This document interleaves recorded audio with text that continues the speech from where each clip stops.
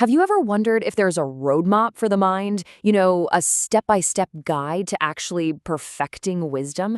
Well, today we're diving into exactly that, a really profound ancient text called the Mahāpaññākathā. Okay, so at the very heart of this entire text is the Pali word paññā. Now, this is way more than just being clever or having book smarts. We're talking about a deep, penetrating wisdom, an insight that lets you see things exactly as they are, with total clarity. So that's the big question, right? How do you actually get there? Well, the ancient authors didn't just leave it as some vague, abstract idea. They laid out a super clear, actionable path for cultivating it. And that's what we're going to walk through. The whole journey kicks off right here with what the text calls 4 foundational practices. Honestly, you can think of these as the fertile soil that you absolutely have to prepare before any real wisdom can even begin to grow. Think of these 4 as the pillars holding up the entire structure.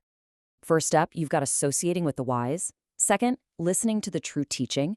Third, and this is a big one, applying your mind with wise attention. And finally, you have to actually practice in line with what you've learned. The text is really clear. This is the non-negotiable starting point for everything else. All right, so once that foundation is set, the text gets into what is basically a training regimen for your mind. And this is where it gets really, really cool. It creates this direct link between specific mental exercises and the exact type of wisdom they produce. And it's not random at all. The text presents this like a precise science of the mind. Each contemplation is specifically designed to strengthen a particular mental muscle, which then leads to a very specific and predictable kind of wisdom.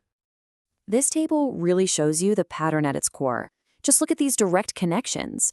The text says if you consistently contemplate impermanence, you develop what it calls swift wisdom. If you really focus on the nature of suffering, you cultivate penetrative wisdom. And by contemplating the idea of not self, you develop great wisdom. See, it's a clear map of mental cause and effect. And let's be clear, this isn't some grim, joyless task. I mean, one of the 16 types of wisdom is literally called hāsapaññā, or joyful wisdom. This tells us that the path itself is supposed to be filled with happiness and gladness.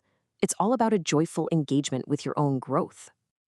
And then you have something like tikatapaññā, or sharp wisdom.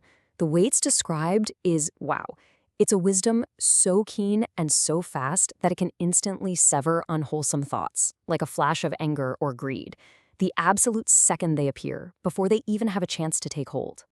Now, joyful and sharp wisdom are just 2 examples. In total, the text lays out 16 of these distinct qualities, and they aren't just a random list.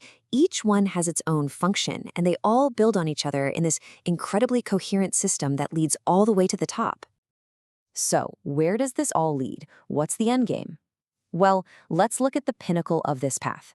Because the system isn't flat, the text builds a very clear hierarchy, showing how insight deepens and becomes more and more powerful as you go. The text draws a really sharp line in the sand here. It says, the wisdom of an ordinary person is far from the wisdom of a noble one who started on the path. That person's wisdom gets a special name, a samatha. It means peerless or unapproachable, basically because it's in a completely different league from everything that came before it. And here's the thing, this peerless wisdom isn't just a one-time event. It grows in very distinct stages. The text lays out this clear ladder of attainment, starting with the stream enterer and going all the way up to a fully enlightened Buddha. The whole idea is that the wisdom at each rung of the ladder is peerless compared to the one below it. It's a steady ascent toward ultimate understanding. And this entire progression culminates in the state of a Buddha. As the text puts it, at the absolute top of this hierarchy, wisdom just becomes boundless. There is nothing unknown, unseen, ununderstood. All phenomena come within the range of the Buddha's knowledge. It's just a state of complete, total understanding. So that's the system. It's fascinating, right? Incredibly detailed. But the real question is, what does this ancient map for the mind actually mean for us right here and now? What's the big takeaway from all this? For me, the most powerful message is that wisdom in this tradition isn't some abstract, unattainable thing you're either born with or not. It's presented as a quality that can be intentionally developed from the ground up.